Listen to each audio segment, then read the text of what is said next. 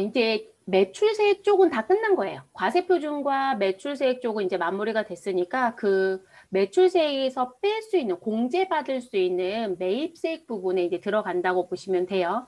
그런데 공제가 가능한 매입세액의 의미라고 보셔야 됩니다. 우리가 사가지고 오는 과정 중에 부담했던 세금을 매입세액이라고 표현하는 건 맞아요. 근데 그 매입세액이 모두 다 공제가 되지는 않거든요. 그래서 우리가 공제가 가능한 매입세액과 그리고 그렇지 못한 매입세액에 대한 걸 구분해서 가지고 가셔야 된다는 거. 자, 그럼 매입세액과 납부세액의 계산 구조 부분을 들어가 볼게요. 자, 복습 부분이라고 보시면 돼요. 우리 부가가치세 신고하는 방법, 계산하는 방법은 전단계 세액공제법이었죠. 그래서 전단계 세액공제법이란 함은 매출세액에서 매입세액을 빼서 금액이 양수이면 내고 그렇지 아니한 경우는 돌려받는 구조로 갑니다. 그래서 이제 그렇게 정리가 되는 부분이고요. 그 부분의 구조에 이제 큰 그림을 간단하게 그리면 이런 구조로 나오는 거죠. 그래서 우리가 매출세액에 대손세액 가감을 해서 매입세액을 빼서 납부 환급세액이 나온다는 거. 자, 그럼 이 부분 양식을 좀 들여다 볼게요. 우리가 이제 서식을 들어가서 보면 요 서식인 거예요. 자, 위에 9번까지 정리했던 부분은 다시 가져오지 않으려고 전 축소를 시켰어요.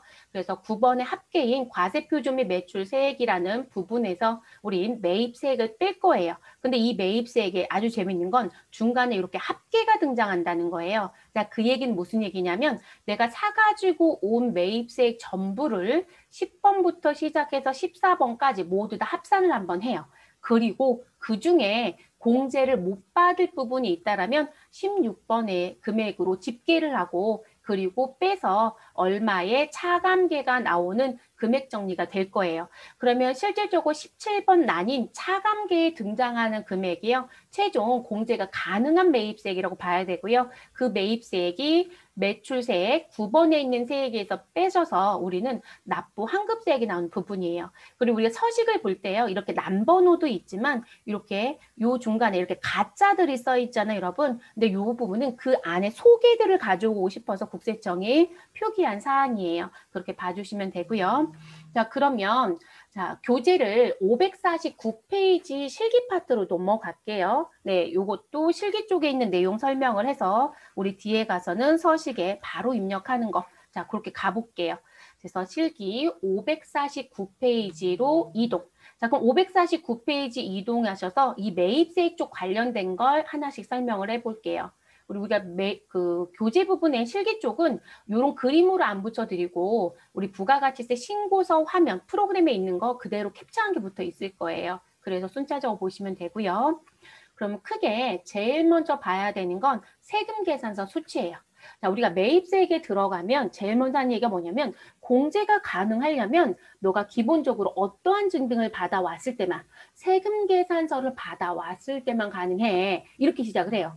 근데 세금 계산서가 아닌 것도 가능해요. 라는 얘기가 다시 등장하거든요. 자, 그 얘기는 뭐 때문에 등장하는 얘기냐면 국가가 신용카드 등을 많이 써라 라고 얘기했잖아요. 그럼 세금 계산서 대신에 신용카드로 매입한 것도 공제를 해줘야 되지 않을까요? 그래서 다시 그 내용이 붙어요. 그러니까 기본적으로 우리가 증빙은 뭐로 받아야 세금 계산, 매입세 공제가 가능하다? 세금 계산서로 받아야 이렇게 생각하는 게 원래 맞습니다. 그럼 세금 계산서 수치분부터 얘기를 해드려야 되겠죠. 그래서 이 세금 계산서 수치분에 들어오는 부분은 우리가 부가가치세 10%의 매입이 있었다. 그런 걸 과세라고 하죠. 그런데 팔 때 영세율이 있다라고 하면 사올 때도 영세율로 사온 거지 않을까요? 쌍방의 거래니까 그러면 영세 매입이 있을 수도 있겠죠.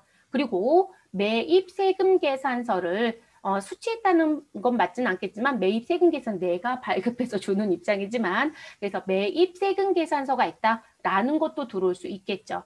그러면 요 유형 중에요. 이 유형 중에 한 가지 더 넣을 수도 있겠네요. 세관장이 발행한 세금 계산서도 들어올 수 있으니까 그럼 그거까지 다 넣어서 우리는 입력할 때 사업자한테 받아온 세금 계산서인데 공제가 가능하다? 그러면 50일 과세로 넣었겠죠. 그리고 내가 영세율 세금 계산서를 받아왔다. 그럼 50일 영세로 입력했을 거고 나는 누구한테 사업자가 발급한 세금 계산서와 세관장이 발급한 세금 계산서 중에 공제를 받을 수 없다라고 하더라. 그건 부가가치세법에 공제받지 못합니다라는 사유가 기재가 되어 있겠죠. 그 법의 요건에 해당이 되더라. 그러면 우리는 54 불공이라고 넣습니다.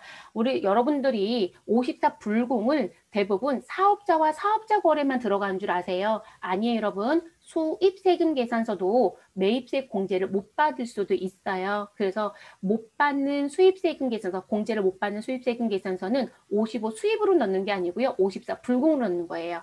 그러면 다른 말로 돌려서 얘기하면 55 수입은 수입세금 계산서 중에 공제가 가능한 것만 넣는 유형이었다는 거예요. 그래서 이렇게 51번부터 55번에 해당되는 유형 번호가 요 세금 계산서 수치분에 들어오는 겁니다. 됐을까요? 그러니까 이 세금 계산 수치분에 들어오는 유형은 상당히 많았던 거죠. 그리고 우리 요 부분에 모여 있는 부분은 일단 세금 계산서를 묶어주는 서류가 있죠. 그러면 무슨 서류요? 매입처별 세금계산사태표 부가세 신고할 때 꼭 내주셔야 합니다. 그걸 내주셔야만 공제가 가능하다라는 판별이 되져요. 그리고 이 세금계산서 수치분에 들어가서 봤더니 고정자산 매입이라는 글씨가 있거든요. 그러면 얘는 회계에서 얘기하는 유형자산과 무형자산을 말하는 표현이에요. 그렇기 때문에 우린 이 부분에 모여있는 거에 대한 근거 서류를 같이 내주셔야 됩니다. 그 서류가 건물 등 감가상각자산 취득 명세서입니다. 자, 건물 등 감가상각자산 취득 명세서가 세무 1급에서만 출제를 했었어요. 가끔, 종종. 그런데 세무 2급에 출제를 시작했어요. 어렵지는 않아요, 여러분. 네, 타이핑만 잘 치면 되는 거여서 어렵진 않은데, 출제를 시작했다. 올바른 방법인 것 같긴 합니다. 그래서 이제 요 부분의 서식도 있다. 자, 그러면 지금 여기 일반 매입이 있고요. 그리고 수출 기업에 대한 수입분 납부 유예라는 게 있고 고정자산 매입이라는 게 있어요, 여러분. 그러면 이렇게 생각하시면 되세요. 고정자산 매입에 들어가지 않는 건 일반 매입에 다 모인다. 이렇게 생각하셔도 괜찮아요, 여러분. 네, 그래서 그렇게 생각하시면 되고요. 그러면 결론적으로 보통적인 회사는 일반 매입과 고정자산 매입만 있는 거예요. 다만 내가 수입세금 계산서를 세관장한테 받아온 것 중에 부가가치세 납부 유예를 내가 한 게 있더라. 부가가치세는 분납은 없어요, 여러분. 분납용은 쓸 수 없어요. 근데 납부 유예라는 제도가 있어요. 근데 그 부분이 있다라면 10-1번에 집계가 되는 거예요. 그렇게 구성이 됩니다. 그러면 세부적으로 다시 한 번 더 볼게요. 자, 그럼 그 다음에 이제 하나씩 순차적으로 보면 요 자리부터 볼게요. 자, 고정자산 매입 아까 말씀드렸죠. 네, 우리 세금계산 소취한 것 중에 유형자산과 무형자산을 매입한 게 있다라면 그 부분이 요 자리에 들어온다. 그런데 이런 분계가 틀리면 안 돼요. 자, 이 자리에 들어온 11번에 집계되는 건 여러분들이 매입 매출 전표에 입력할 때요. 우리 상단에 입력하는 건 부가세 신고서에 반영하는 부분의 위치라고 보시고요.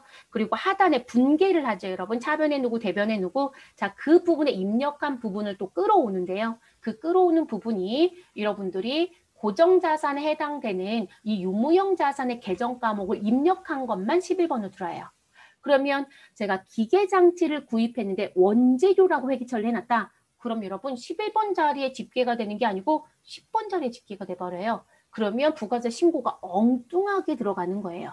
그러니까 매입세액의 금액이 틀어지는 게 문제가 아니라 내가 계정 과목이 또 잘못됐겠죠. 그리고 여기 고정자산 매입에 집계된 금액은 여러분 결산하실 때 고정자산 등록해 보시지 않았어요? 그럼 그거에 맞춰서 감가상각비라는 게 계산이 된다고 배우셨을 거고 그러면 그 고정자산에 등록했던 부분에 내가 기계장치는 등록을 했는데 올해 신규로 샀다고 딱 한 건밖에 없었다고 가정해 볼게요. 근데 부가세 신고서에는 고정자산 매입분 신고가 없어요. 누가 봐도 이상하지 않아요?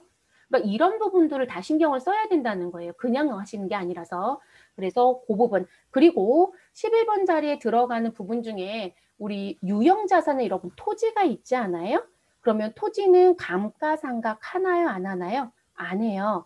왜냐하면 11번에 들어오는 건 감가상각을 하는 고정자산 매입이거든요. 그래서 토지의 취득 원가로 인한 정지비에 대한 부분은 일반 매입에 들어가는 게 맞습니다. 근데 이게 시험 문제를 출제를 했는데요. 답안에서 어떤 공시를 했었냐면 토지하고 관련된 정지비, 소유해서 토지 자본적 지출이었던 거예요. 근데 그 부분을 11번으로 답안 공지를 한 거예요. 난리가 났었겠죠. 이게 왜 여기 들어오지? 왜 일반 매입이 아니야? 근데 그분들이 주장한 건 고정자산이니까 이렇게 주장을 한 거예요. 출제 쪽에서는. 근데 이런 국세청에 신고할 때요. 토지에 대한 부분에 대해서 우리 이 정지비가 이거예요. 내가 토지를 쓰기 위해서 평탄화 작업을 한다거나 내가 야산에 용도 변경을 해서 건물을 짓는다거나 이런 부분 할 때 들어가는 비용들을 말하는 거거든요. 그러면 그런 걸 해주는 사람들은 과세사업자예요. 그러니까 그분들이 뭘 줘요? 세금 계산서로 대금 청구하겠죠? 그럼 나는 돈을 줘야 되잖아요. 근데 내가 토지를 쓰기 위해서 들어갔던 돈이잖아요. 그럼 차변의 개정 과목은 뭐가 돼요? 토지의 취득 원가로 가야 되기 때문에 사실상 매입세 공제도 못 받을 거고 토지로 회계 처리하거든요. 근데 그렇게 입력한 정보는 10번 자리에 들어가는 거지 11번 자리에 들어가지도 않아요. 프로그램에 입력을 해도. 그리고 국세청에 들어가서 신고할 때도 직접 신고도 하신 분도 있으니까 서식에 그때도 11번에 신고하지 않아요. 그러니까 답안 공지가 잘못됐던 부분. 근데 재밌었던 건 뭐냐면 그런 문제를 2번을 출제를 했어요. 그것도 재밌는 건 한 해 연달아 출제했던 것 같아요. 그런데 답안이 계속 11번을 나왔어요. 그럼 다 이의제기를 했겠죠? 그런데 이의제기 뭐라고 했냐면 11번에 넣든 10번에 든 10번에 넣든 다 맞았으면 하겠다 이렇게 얘기해요. 근데 본인들의 답은 10번으로 고치질 않더라고요. 계속 11번을 주장하는. 근데 그건 잘못된 공시예요, 사실. 그래서 이 토지 취득 원가로 되어 있는 부분은 이 자리에 넣는 게 맞지 않습니다. 10번 자리에 들어가는 게 정상적인 부분이에요. 네, 그렇게 기억해 주시는 게 좋을 것 같고요. 자, 그리고 그 다음 이 수출 기업에 대한 우리 수입분에 대한 납부 유예 부분. 자, 요 부분은 우리 아까 말씀드렸던 거 우리 세관장한테 받아왔던 세금 계산서 중에 부가가치세 납부 유예 신청이 있습니다. 자, 요 부분 같은 경우는요. 세관을 통관해서 들어올 때 관세부터 시작해서 부가가치세까지 세금을 다 내셔야 되는 게 맞아요. 근데 중소기업들은 우리나라 같은 경우 수출로 먹고 사는 나라라는 표현 많이 하잖아요. 근데 우리는 자원이 그렇게 풍부한 나라는 아니에요. 그러다 보니까 뭘 많이 하시냐면 외국에서 자재 성격인 원재료나 부재료를 수입을 하고 그거를 무엇해서 제조 가공해서 역수출을 한단 말이에요. 근데 중소기업들도 그런 형태를 많이 띠더라는 거죠. 근데 이게 부가가치세를 매번 내고 들어오다 보니까 자금이 모두 다 계속 묶여 있는 거예요. 공제를 받는다 하더라도. 그래서 중소기업 또는 중견기업의 일정 규모까지는 우리 누구를 부가가치세만입니다. 관세 등은 해당 사항이 없고요. 부가가치세만 우리 무엇하겠다. 납부를 유예시켜주겠다. 그러니까 내는 걸 우리 무엇하겠다. 연장하는 것처럼 가는 거예요. 안 내고 그냥 가는 그 납부 유예 제도가 있어요. 현재까지는 이 부분 10-1번 자리에 입력하는 거 한 번도 낸 적은 없어요. 아직까지는. 그런데 그런 의미로 쓰는 부분입니다. 그래서 나오는 부분. 그리고 이게 세금 계산서는 수입생에는 들어오지만 사실상 부가가치세를 납부한 적이 없기 때문에 매입세 공제는 사실 받지는 못해요, 여러분. 그래서 우리 일반적으로 불공제 처리가 된다라는 표현을 쓰긴 합니다.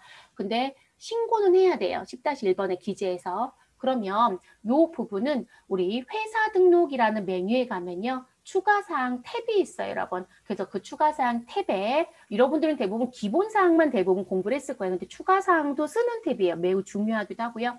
그 탭에 가면 수입 부가가치세 납부 유예를 설정하는 자리가 있어요. 그 자리를 여로 설정을 합니다. 그리고 그걸 여로 설정하면 매입 매출 전표 입력할 때 간편 직계표라고 하는 버튼을 누르시면 수입분 납부 유예를 선택할 수 있는 기능이 활성화가 돼요. 그래서 그걸 설정을 이 두 가지 다 하셔야 돼요.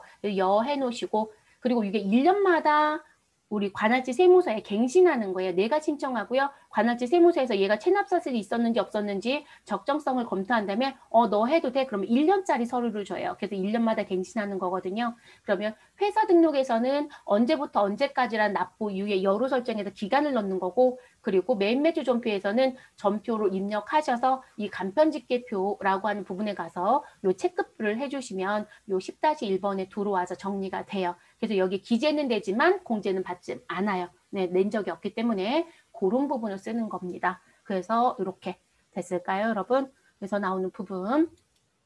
자, 그리고 이제 그 다음 예정신고 누락부는 매출하고 크게 달라질 거 없어요, 여러분. 무슨 부분? 우리 예정신고 기간이 1월부터 3월, 7월부터 9월에 누락했던 매입이 있다라면 아까는 매출 얘기했으니까 여러분 그러면 우리 확정신고 때 꼭 반영해서 신고를 해라. 그리고 매입 매출 전표에서 입력할 땐 간편 직계표에 예정 누락분이라는 버튼을 눌러서 우리 꼭 설정을 해주셔라. 그래야만 12번 자리에 들어온다. 그리고 스마트 A는 아까도 말씀드렸죠, 여러분. 스마트 A는 기능 모음이라는 메뉴가 있다라고 했었죠. 네, 그래서 기능 모음 탭을 선택해 주시면 제가 뭐 버튼 하나 건드렸던 이러네요. 기능 모음 탭을 선택해 주시면 예정 신고 누락분 버튼이 보여요. 그거 선택해서 간다. 이렇게 알아두시면 되겠습니다. 자, 그 다음 매입자 발행 세금 계산서. 여러분 이것도 배우신 부분이죠. 자, 그럼 매입자 발행 세금 계산서를 사실상 저희가 발급을 했겠죠. 전 그냥 수치로 써드렸어요. 이해를 도와드리기 위해서. 그래서 내가 발급을 했을 것이다. 근데 그건 이제 내가 받은 것처럼 처리는 하겠지만 그럼 세무서 직권에 의해서 내가 발급을 하고 나는 받은 것처럼 처리하는 부분. 그러면 이 자리에 들어오게끔 해야 되니까 매입 매출 전표의 유형은 50일 과세는 맞아요, 여러분. 그런데 간편집계표에 가서 매입자 발행이라는 거 선택해 주시면 된다는 거. 자, 그리고 또 하나 기억해 주실 거. 우리 매입자 입장에서는 매입자 발행 세금 계산서는 매입처별 세금 계산서 합계표를 내는 게 아니라 매입자 발행 세금 계산서 합계표라는 별도의 양식이 따로 있어요. 네, 요걸 제출하는 게 맞습니다. 자, 그리고 더 존의 프로그램을 사용하는 회사에 입사를 하시게 되면 환경 설정 메뉴에 우리 이제 매입이니까 64번에 있는 매세예요. 우리 매출 같은 경우는 25 매세이지만 그래서 64번 매세를 사용하겠다라고 바꿔주시고 그리고 매입 매출 전표에서 유형 64번으로 입력하면 요 13번 자리에 자동적으로 반영이 됩니다. 그래서 그렇게 가는 부분이고요. 자, 그리고 그 밖에 공제 매입세액 부분입니다. 자, 그럼 여러분 지금 세금 계산서 수치분 가지고 일반적으로 공제를 받는다고 했잖아요. 그런데 그렇지 아니한 경우도 무엇이 있다? 세금 계산서 아닌 것도 우리 공제를 받을 수 있는 사유가 있더라. 그게 14번 자리예요. 그게 그 밖에 공제 매입세액입니다. 그러면 그 밖에 공제 매입세액에 가장 많이 쓰는 게 신용카드 매출 전표 등 수령명세서 제출분. 자, 이 부분은 여러분이 카과와 현가로 입력해 본 적이 있을 거예요. 회계 공부하실 때 그때 입력했던 부분이 요 14번 자리에 들어오는 거죠. 그리고 요 자리에 모여 있는 건 요 서류를 반드시 국세청에 신고할 때 같이 내주셔야 돼요. 그래서 이렇게 표현하는 거고요. 그래서 우린 부가가치세 10%가 있는 신용카드나 현금 영수증을 수취했고 이런 경우는 매입세 공제가 가능합니다. 근데 사실 저는요 공제가 불가능한 걸 더 기억하라고 해요. 왜냐면 그걸 기억하는 게 더 편해요. 그러면 매입세 공제가 불가능한 신용카드 매출 전표 등이 누구일까? 라고 하면 자, 오늘 수업했어요. 제가 반드시 기억하시라고 했고 전산 실무할 때 잊어버리시면 안 된다고 얘기했었고 무슨 부분? 우리 미용과 욕탕업에서 사용한 거, 역외군속 용역에서 사용한 거 이런 거 얘기했던 거 기억날까요? 그 부분 안 돼요, 여러분. 그리고 간이과세자한테 받아온 신용카드 영수증 등 왜냐면 간이과세자는 세금 계산서 발급을 못하는 사람이잖아요. 그러니까 신용카드 매출 전표를 받아온 걸 공제해주는 이유는 세금 계산서 대신에 받았다라는 것 때문에 해주는 거거든요.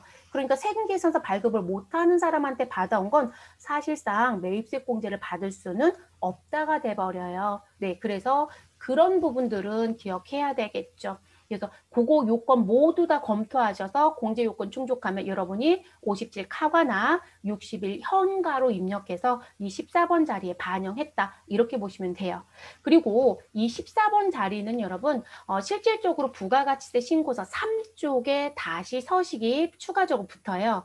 그래서 대부분 뭐 스마트 A를 쓰는 회사에 가다 그럼 더블 클릭한다고 표현하고요. 우린 세무사랑을 지금 가지고 수업할 거잖아요. 그럼 세무사랑은 이 자리에 커서를 두면 오른쪽에 화면이 활성화가 되죠. 네, 그 자리에. 그러면 이 카드 매입에 대한 건 일반 매입과 고정자산 매입으로 나뉘어져 있죠. 그래서 일반 매입은 41번 난이고 난번호까지 외우지 마세요.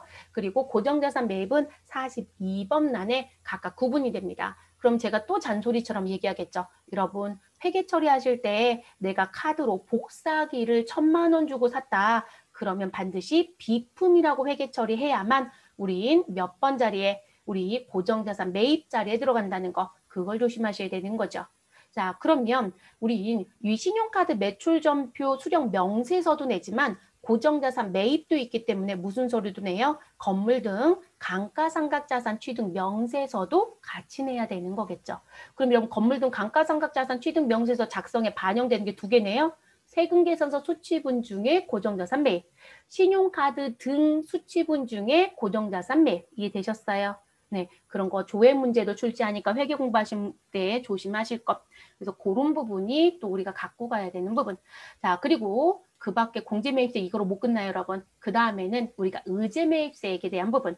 여러분, 의제매입이라고 하는 건요. 내가 농산물, 수산물, 임산물, 축산물 등을 사가지고 와서 우리 원재료로 씁니다. 근데 농수산물은 우리 미가공 식료품에 해당이 되면 면세잖아요. 그래서 면세에 해당되는 원재료를 가지고 와서 제조, 가공을 하면 대체적으로 과세품으로 바뀌어버려요. 그러면 그 과세품으로 바뀌어버린 부분에 대해서 우리는 일정 부분 부가세가 있는 것처럼 보아서 원재료 매입 금액에 대해서 부가세 공제해준 제도가 있어요. 그게 의제 매입입니다. 이거 반드시 알고 가셔야 하는 부분입니다. 시험 출제를 아주 열심히 하는 문제이기도 하거든요. 자, 그러면 부가세 신고하실 때 의제매입세 공제 신고서라는 거 작성해야 되겠죠. 당연히 이론 공부도 하셔야 되고 전산 실무도 같이 합니다. 자, 그 다음에 나오는 부분. 자, 재활용 폐자원. 저는 출제위원들이 재활용 폐자원을 왜 내는지 모르겠어요. 왜냐면 재활용 폐자원에 대한 매입세액 부분은요. 실제 현실에서 그렇게 많이 볼 수 없거든요.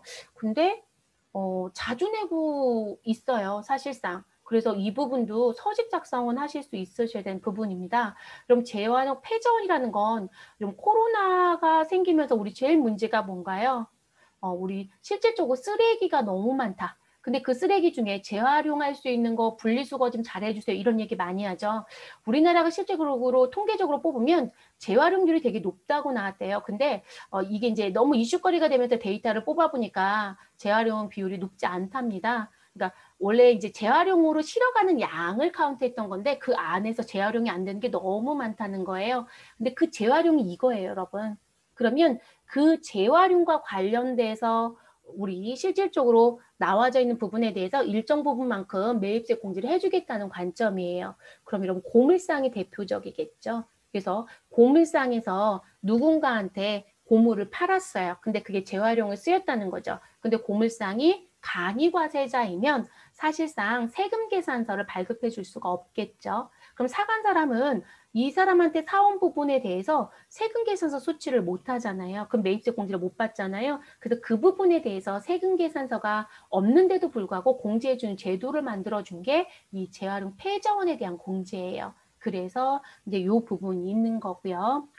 자, 그리고 우리 과세사업 전환 매입세액에 대한 부분. 자, 시험에서 실기로는 출제를 거의 하지 않습니다. 이론에서는 물어볼 수는 있습니다. 자, 과세사업 전환 매입세액이라는 부분은요. 어떤 부분이시냐면 여기 오타가 하나 있어서 잠깐 지울게요, 여러분.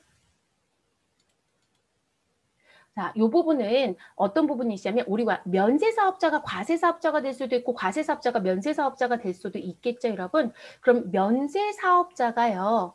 우리가 실질적으로 매입세 공제 못 받는 사람이라고 했었으니까 그러면 면세사업자가 사업을 열심히 하고 있다가 우리 100% 과세로 바뀌었어요. 이렇게 얘기합니다. 자, 무슨 얘기냐면 저희가 버스 사업을 하고 있는데 시내버스 사업을 했대요. 근데 회사가 우리 그냥 고속버스로 전부 다 바꾸자. 그리고 무슨 고속이요? 우등고속으로. 그럼 이거 과세사업으로 바뀐 거죠? 그러면 제가 면세에 해당되는 시내버스 사업을 하고 있었을 때 가지고 있었던 뭐가 있을 것이다. 잔존재화가 있을 거예요. 근데 그게 면세라는 이유 때문에 공제를 하나도 못 받았던 거죠. 근데 과세로 전환이 되면 그 가치가 남겨져 있는 잔존재화에 대해서는 무엇할 수 있다? 공제받을 수 있다가 되져요. 그걸 얘기하는 부분입니다. 그래서 나오는 부분. 그러니까 이 문제를 내기엔 너무 어려워요. 그러니까 이런 용어가 있다는 것 정도만 가지고 가시면 되고 업무를 하실 때는 과세사업 전환, 감가상각자산 신고서라는 걸 모두 다 손으로 작성합니다. 수기로 작성해서 우리 부가세 신고 때 첨부해서 내면 우리 부가세를 돌려줍니다. 제가 기억나는 부분은요. 이게 어떤 부분이 있었냐면 성남시청이었나? 그 지자체였었는데 이들이 지자체는 누가 봐도 면세예요. 면세로 지급해요. 비영리로 보니까. 면세로 들어갔는데 이들이 영리 사업의 성격이 생기면서 실제로 과세 사업이 있었던 상황이 생겼어요. 그러면 실제로 기존에 공제 하나도 못 받았던 거 남겨져 있는 가치만 큼 뭘 했어야 되는 게 맞을까요? 우리 부가세 돌려달라는 행위를 했어야 되거든요. 근데 그걸 하나도 안 했어요. 근데 감사를 받죠. 우리 공공기관이나 지자체들은 다 감사 받아야 되는 게 맞죠? 감사받는 과정 중에 이게 터져버렸어요. 근데 다 심할서 썼겠죠. 네, 당연한 얘기예요. 부가세 공제 안 받은 게 상당하더라고요. 억대가 넘어가요. 네, 손해거든요. 세무서는 세무서고 지자체는 지자체예요. 네, 국가기관이라 하더라도 똑같은 기관을 보지 않거든요. 그래서 상당히 신경을 많이 써야 되는 부분입니다.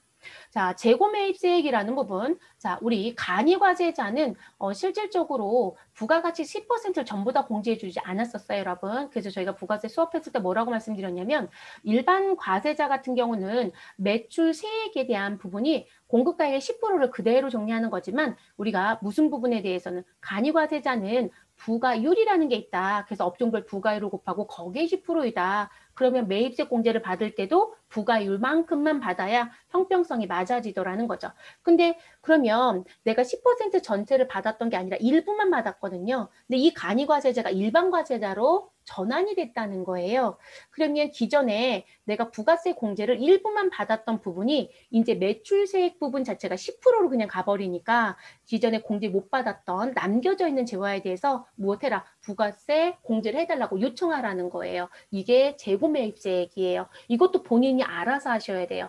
안 하시면 국가는 절대 돌려주지 않습니다. 그래서 이 간이과세자가 일반과세자로 전환을 하게 되면 남겨져 있는 잔존 재화에 대해서 우리 매입세 공제를 해달라고 요청해라. 그리고 그때 내는 서류가 일반 간이과세 전환 시에 재고품 등의 신고서라는 양식에 작성을 해서 같이 첨부해서 낸다. 이렇게 보시면 되겠습니다.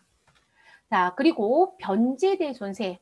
자, 변제대손세액은 뒤에 이제 부가세 때 실기 쪽에서 한 번 더 말씀을 드릴게요.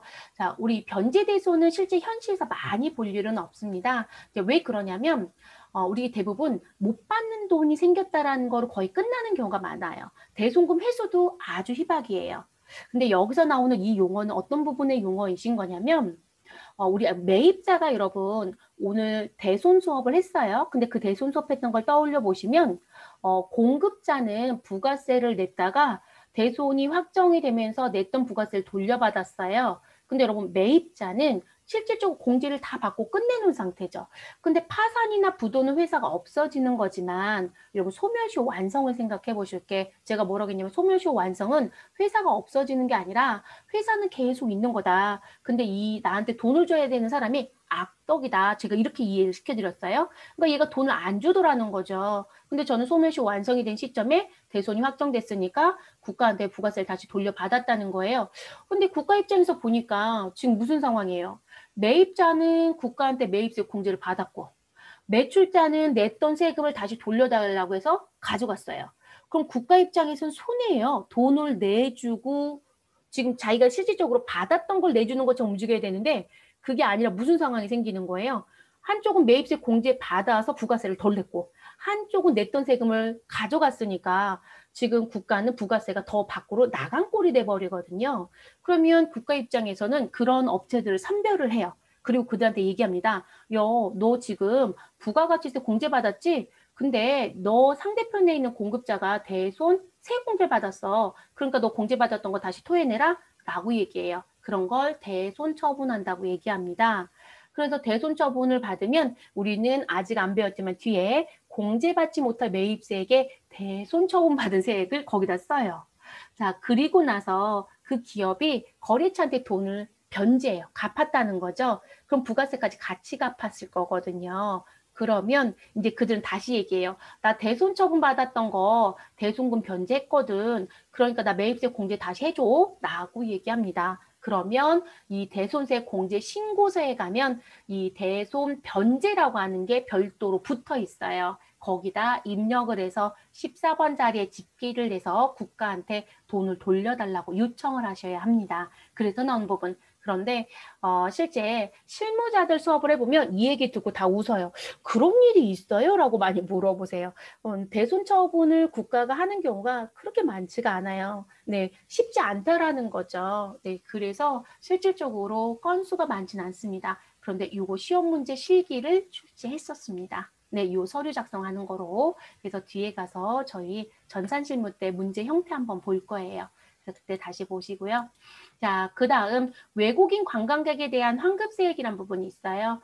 이 외국인 관광객이 들어오면 우리 이제 숙박에 대한 부분들이 생기죠. 그래서 그 관광 호텔에 숙박을 하게 되면 그 부분에 대해서 부가가치세 부분을 돌려받을 수 있는 조항이 있어요. 그럼 처음부터 영세를 하지? 근데 영세를 안 하고요. 그 과세를 하고 그리고 외국인 관광객이 나갈 때 이 부분에 대해서 뭘 요청을 해요. 그럼 그 요청됐던 부분에 대해서 부가세를 내가 빼줬거나 한 부분이 있으면 국가한테 다시 돌려달라고 요청을 하셔야 돼요. 그러니까 처음부터 영세 적용하면 쉬운데 그렇진 않아요. 그래서 나오는 조항입니다. 그래서 외국인 관광객 특례 적용 관광 호텔이 있고 그 호텔 사업자가 숙박 용역 공급 시기에 정상적으로 부가가치세를 과세로 신고하고요. 뒤에 부가가치세를 다시 공제받을 때 기재하는 사항이에요. 그러니까 과세를 갖다가 일정 부분 요건이 충족하면 돌려받는 제도로 들어가는 부분입니다.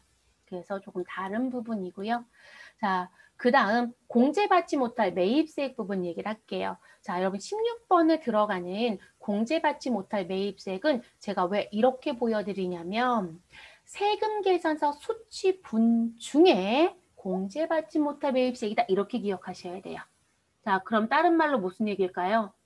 아, 신용카드로 내가 뭔가를 매입하고 카드 영수증을 받아왔다. 근데 공제 못 받는데요? 라고 하면 부가세 신고 자료에 들어온다, 안 들어온다? 안 들어온다는 거예요. 그래서 세금 계산서만 가지고 16번에 해당되는 공제받지 못할 매입세액만 얘기합니다. 그럼 카드는 어떻게 해요? 라고 하시면 신용카드로 뭔가를 매입하고 공제를 못 받으면 일반 전표 입력하시는 거예요. 대표적으로 접대비 생각하시면 돼요. 자, 접대와 관련된 부분이 있었다. 그런데 그 접대와 관련된 부분에 뭔가의 지출이 있는데 내가 세금 계산서를 증빙으로 받았다? 그러면 우리는 세금 계산서 수취분 일반 매입 10번 자리에 집계가 됐다가 우린 어디에? 16번 자리에 갑니다. 그래서 여러분 54 불공으로 입력할 땐 세금 계산서 수취분 중 공제받지 못하는 것만 입력한다. 이렇게 강조하는 거예요. 그럼 세금 계산서 수취니까 이 자리에 들어가야 되겠죠?